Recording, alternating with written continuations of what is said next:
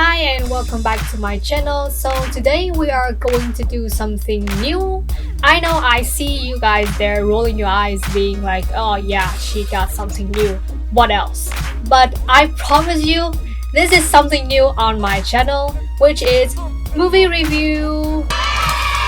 This is something that I have been wanting to do for a while now, but I just thought that I don't have enough credibility to even speak my mind. So this is the first time I ever try to review something. So anyway, the movie that I'm going to review today is the Umbrella Academy Season 2. I know this is pretty much unasked for, but I really want to get my opinions out there before the hype for this whole movie just died down and I don't really have any other chance to do this. So hey, let's do this. First of all, with 7 characters in play. Oh, I see you. If you miss out our Benny boy, you're not welcome here.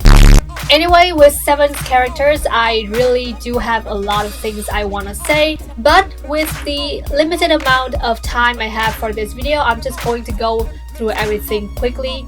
And yeah, spoiler alert, I am trying to do this review without spoiler as much as I can, but if I do slip up, then yeah, you have been warned. So first of all, number 1, Luther.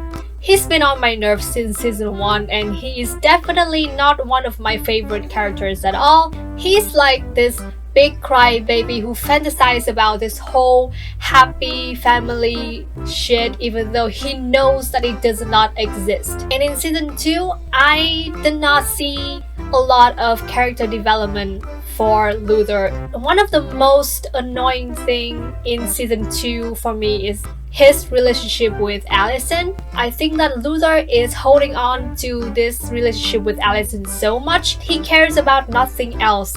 I know that Luther and Allison is not, blood related brothers and sisters. Even so, they lived under the same roof and they called each other brothers and sisters. So I don't really know why they can actually be in a relationship with each other.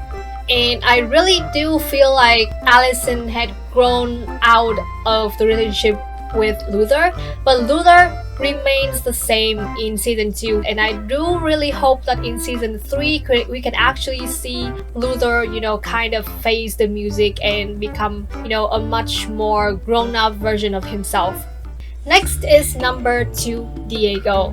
I have to say that this is definitely Diego's season. I can see a lot of character development in Diego in this season, especially through his relationship, his dysfunctional relationship with this new character.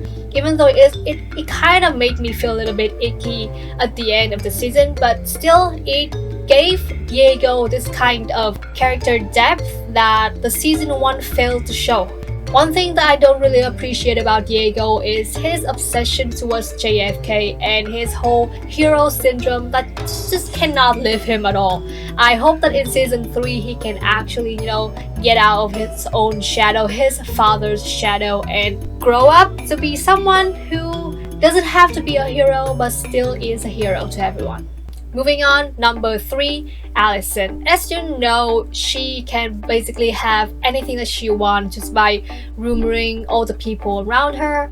But that is one of the reasons why she really appreciates those people who approach her and who love her for who she really is. And I think that growing up in such a family that is Hargreaves, receiving basically no love at all from their father, this kind of wired up in Allison's head, making her feel like she needs love.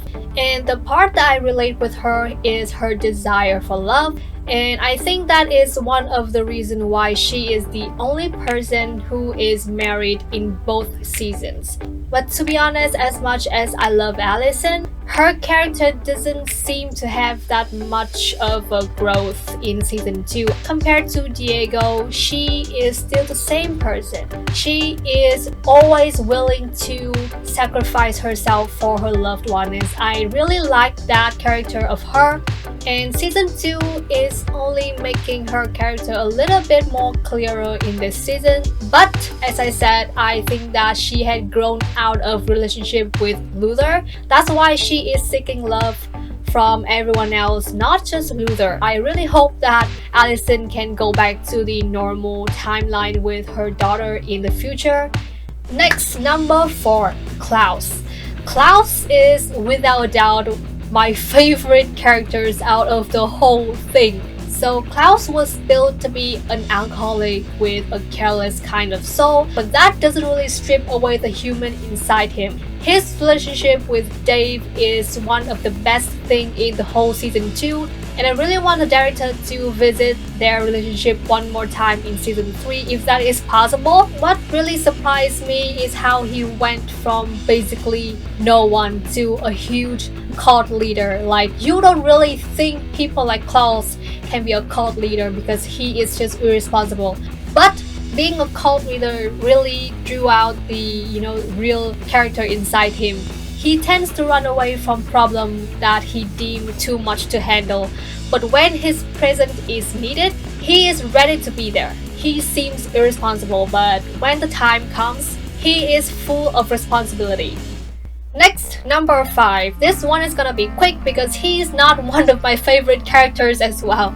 What I like about number 5 is that he is always right, and what I hate about number 5 is that he's always right, and it kind of makes him seem like an arrogant asshole, and that is one of the reason why I don't really like number 5, even though he is like the main character of the movie. I mean, he is no doubt the wisest of the bunch. I mean, he lived the longest, I guess. He is always right, and that is undeniable, except for that one time he was in the paradox psychosis.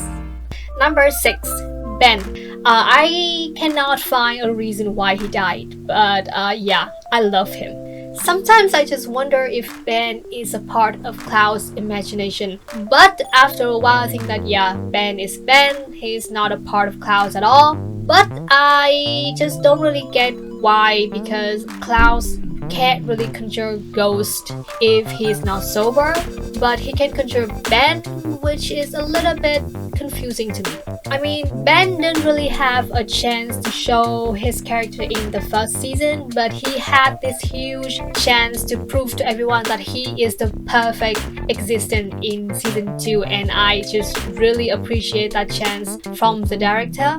And I think that since his character is just so perfect, that is the reason why the director kind of like swerved to a whole nother different direction. And I'm really looking forward to seeing Ben in season 3. I really don't know how it's going to turn out. Lastly, number 7, Vanya. She kind of confused me a little bit because in season 1 she was like this huge, like the biggest villain of all, and then season 2 she just went back to being this small loving sister, and I'm just a little bit what? I mean, providing she started anew, but still it doesn't really make sense. The one thing that I was glad for her is that she finally got to experience true love in this season 2, even though this relationship ended in tears once again like season 1. And I think that Vanya also have a little bit of character development, since now she can actually control her power. She seems like one of those people with huge amount of power in that, small tiny body, and I really want to see how she use her power in combat, like real combat. Overall, the Umbrella Academy Season 2 and also the Season 1 are pretty fun to watch if you don't really want to poke hole in the plot, because the plots are full of holes. If you want to enjoy something that is kind of brainless and doesn't have a lot of theories, the Umbrella Academy is for you, and it's pretty short in my opinion, so you can kind of enjoy it in one day. For me, I watched the whole thing in one day. Anyway, thank you for watching this video. It has been a fun experience to get my opinions out there. If you like to see this kind of movie review more in the future, then please like this video and subscribe to my channel. There's a lot of Korean movies that I watched that I want to really get my opinion out there and kind of explain the whole thing that happened in the movie. Thank you for watching this video, and I'll see you in the next video. Bye!